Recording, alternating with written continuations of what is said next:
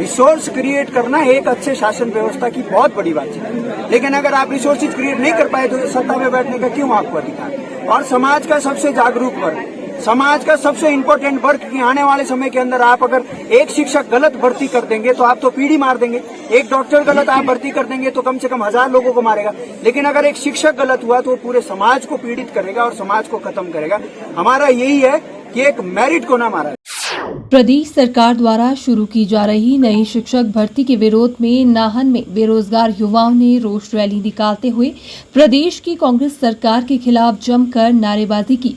युवाओं ने व्यवस्था परिवर्तन करने वाली कांग्रेस सरकार के खिलाफ बेरोजगार युवाओं को ठगने का आरोप लगाया। युवाओं ने मीडिया से बात करते हुए कहा कि विधानसभा चुनाव के समय व्यवस्था परिवर्तन की बात करने वाली कांग्रेस सरकार ने पूर्व की भाजपा सरकार द्वारा की गई भर्तियों पर रोक लगाते हुए जहां युवाओं के साथ अन्याय किया, तो वहीं अब 3 साल के लिए नई शिक्षक भर्ती करने की तैयारी कांग्रेस सरकार कर रही है।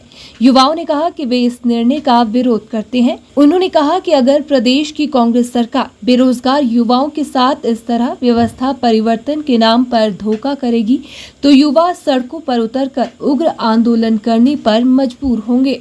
10-10 साल से तैयारी करने बैठे हुए हैं और आज क्या निष्कर्ष निकल रहा है कि नहीं, शिक्षा विभाग में क्या करो कि 2-3 साल के लिए अस्थायी तौर पे एक स्टॉप गैप के तहत भर्तियां कर दो। इसमें क्या होगा, सबसे पहले आप एसएमसी वालों से जाके पूछो कितने शोषित हो रहे हैं, उनको किस नजर से देखा जाता है। स्कूल में जो एक रेगुलर टीचर है उनको एक तुच्छ व्यक्ति के समान समझा जाता है, उनको कोई रिस्पेक्ट नहीं दी जाती। वो क्या करे, वो पढ़ा नहीं पाते, वो मानसिक तौर पे प्रताड़ित हो रहे हैं। वो अपने फ्यूचर को लेकर सिक्योर नहीं है कि आगे क्या होगा। ना उनके लिए पॉलिसी बंदी है, ना उनके लिए कोई जो सरकार इंक्रीमेंट करती है, चाहे सैलरी का है, चाहे ट्रांसफर पॉलिसी है, विभिन्न प्रकार की जो भी समस्याएं हैं उससे वो जूझ रहे हैं। और दूसरी बात, जो सरकार ने अभी अनाउंसमेंट की है, शायद कल वायरल भी हो गया था, वो जो प्रोसेस था उनका भर्ती का था कि 2-3 साल के लिए रखा जाएगा। सबसे पहले मैं ये जानना चाहता हूँ कि ये जो 2-3 साल का आपने रवैया अपनाया है ये कहाँ से कॉपी किया जा रहा है और किस लिए किया जा रहा है? क्या शिक्षा में गुणवत्ता इस तरह से आएगी? हमें बताया जाए, जो वहाँ पे डिस्कस करने वाले अधिकारी थे या कोई भी मंत्री थे, नेता थे, जो भी आपके कैबिनेट के जो सब कैबिनेट की जो कमेटी है उसके जो सदस्य थे, उन्होंने किस बेस पे डिसाइड किया हुआ है कि इसमें शिक्षा के लिए गुणवत्ता है? आप बोल रहे कि हार्ड एरिया में नहीं जाते हैं, आप सारी पोस्ट फिल कर दो, हार्ड एरिया का बचेगा ही कुछ नहीं, आप कमीशन के माध्यम से भर्ती कर दो। तो हमें भेज दो, पांगी भेजना है, किन्नौर के लास्ट कोने में भेजना है, हम तैयार है, सारे युक्त तैयार है। लेकिन जो इस तरह से ये अस्थायी तौर पे जो एक सरकार पॉलिसी ले आ रही है, ये बिल्कुल भी बर्दाश्त नहीं किया जाएगा।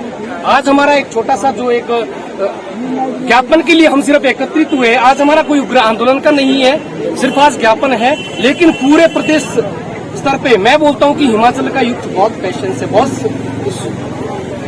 पढ़ा लिखा भी है और सभ्य भी है। वो ये नहीं चाहता कि यहाँ बिहार के जैसे हालत पैदा किए जाए।